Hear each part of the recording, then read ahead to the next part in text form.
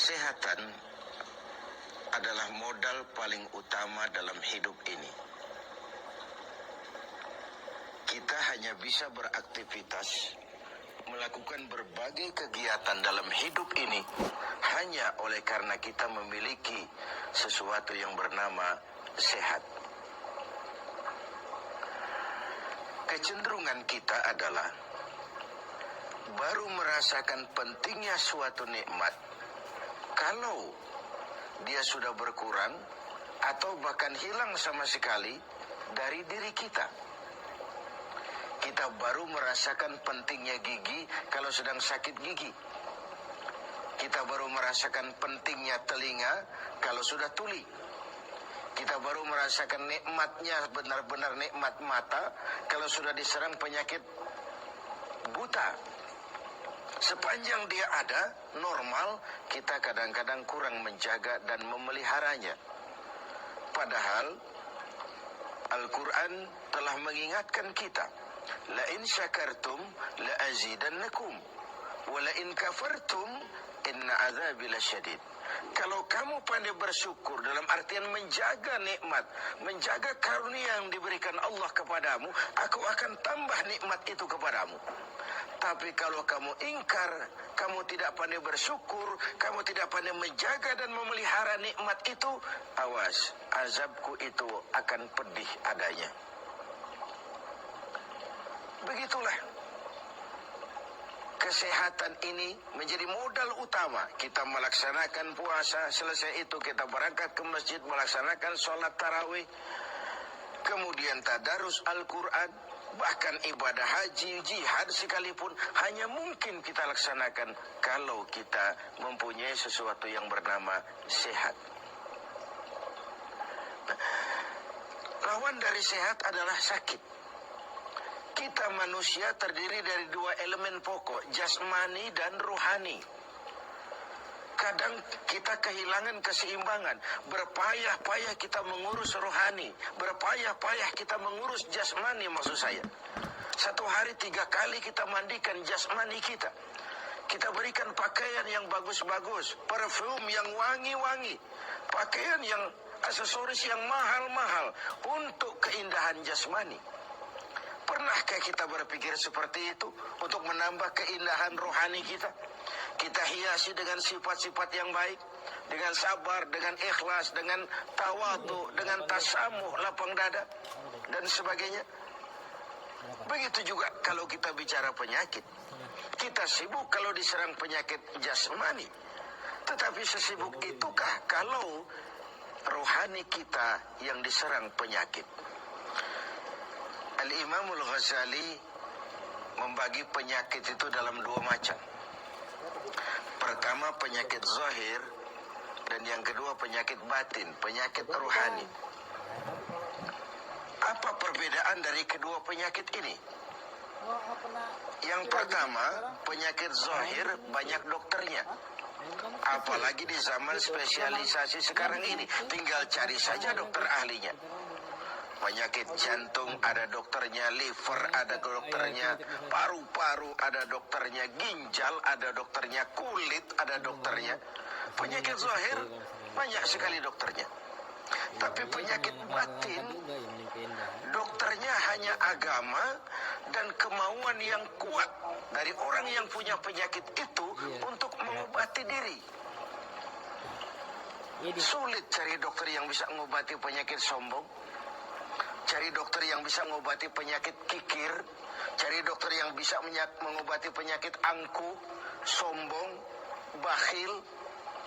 Agama dan kemauan yang kuat dari orang yang dihinggapi penyakit itu untuk memperbaiki diri melalui riyadhah, latihan dan latihan. Yang kedua, kata Al-Ghazali, perbedaannya ini aneh. Penyakit zahir yang empunya penyakit lebih tahu dari orang lain. Sedangkan penyakit batin sering orang lain lebih tahu dari yang punya. Ini aneh. Kita punya penyakit jantung. Kita tahu itu penyakit kita dan itu penyakit zahir. Teman kita nggak tahu. Datang-datang main kagetin aja. Woi, kelepek kita. yang punya penyakit tahu, orang lain nggak tahu. Tapi kalau penyakit batin ini aneh, orang lain sering lebih tahu dari yang punya. Kalau kita sombong, kita sering tidak merasa, kita anggap sikap kita wajar saja. Kalau kita diserang penyakit pelit, kita tidak merasa, kita anggap wajar saja. Kalau kita diserang penyakit hasud, kita anggap wajar saja. Orang lain yang tahu. Karena itu sahabat Umar bin Khattab radhiyallahu an kerap kali kalau berkumpul dengan sahabat sering kali bertanya, kau lihat saya sombong apa tidak? Kau lihat saya pelit apa tidak? Kau lihat pada tingkah laku saya ada tanda-tanda kekafiran atau tidak? Kalau orang lain memberitahu itu kepada beliau, bukan main senangnya hati beliau. Tidak jarang yang memberitahu itu diberikan hadiah oleh beliau. Ini bedanya kita dengan Sayyidina Umar. Kita diberitahu orang marah, bukan main, kenapa gue lo urusin, diri lo aja beresin. Jangankan kita mau bertanya, melakukan introspeksi tentang kekurangan-kekurangan kita, diberitahu orang pun kadang-kadang kita salah terima. Inilah penyakit batin itu. Dan yang ketiga, ini yang paling dahsyat. Sehebat-hebatnya penyakit zahir, penyakit jasmani, dia hanya merusak dunia. Paling-paling mati gitu saja. Tapi penyakit batin, penyakit rohani kalau diserang, merusak dunia, menghancurkan akhirat. Kita diserang kanker, mati, resiko dunia saja. Kena ginjal, mati, paru-paru, mati, darah tinggi, mati. Tapi tidak berakibat akhirat. Maksudnya tidak ada nanti penduduk neraka ditanya, kenapa kamu masuk neraka? Kanker, Pak. Tidak ada. Kenapa kamu masuk neraka? Tumor, Pak. Juga tidak. Yang menyebabkan masuk neraka itu penyakit rohani. Jadi, kata Al-Ghazali, penyakit rohani itu kalau diserangnya kita, rusaklah dunia, hancurlah akhirat. Kita diserang penyakit sombong. Di dunia dikucilkan dari pergaulan, di akhirat jelas juga tempatnya. Kita diserang penyakit kikir bin pelit. Di dunia siapa yang mau bergaul dengan orang pelit? Walaupun kita sendiri kadang-kadang pelit. Tapi di akhirat juga tempatnya jelas. Hasud, iri hati, menggeragoti amal sendiri. Di dunia kita sulit hidup karena senang lihat orang susah atau susah lihat orang senang. Itu kan tandanya hasud itu, iri, dengki. Lihat orang susah, senang. Lihat orang senang, susah. Di dunia saja sudah susah hidup, susah gemuk. Di akhirat jelas juga tempatnya. Karena itu kata Al-Ghazali, heran saya ini. Kalau diserang penyakit zahir, cepat-cepat kita lari ke dokter. Tidak ada uang berutang pinjam pun maulah. Diserang demam, diserang flu, diserang segala macam penyakit zahir.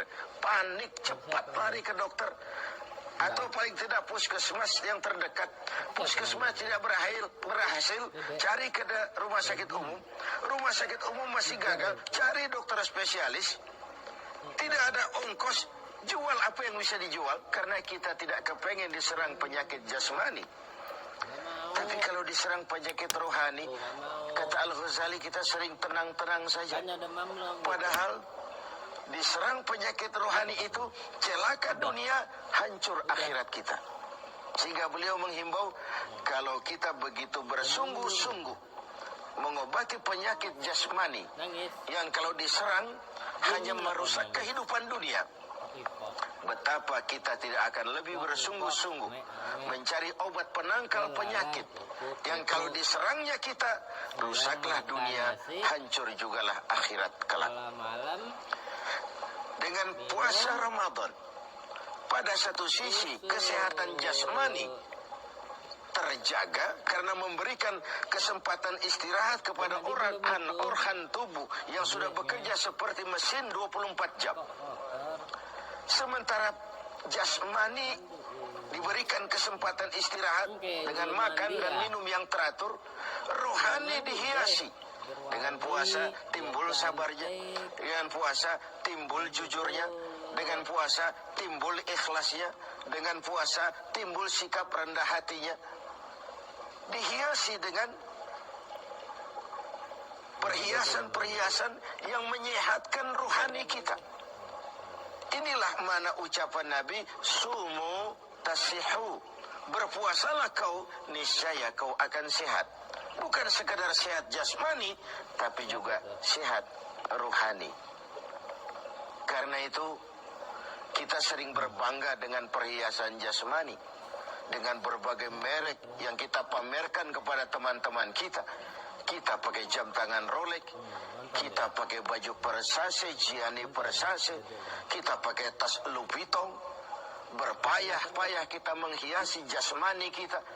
Sementara rohani kita merana, rohani kita sakit, rohani kita kering kerontang, kita nyaris tidak pernah memberikan perhatian. Inilah Ramadan, nuansa di mana kita menumbuhkan keseimbangan antara pertumbuhan jasmani kita dengan kesehatan rohani kita. Kalau sehatlah jasmani dan sehatlah rohani, maka terciptalah keseimbangan, keindahan jasmani yang berpadu dengan keindahan rohani. Itulah bentuk yang kita dambakan dalam menjalani kehidupan ini.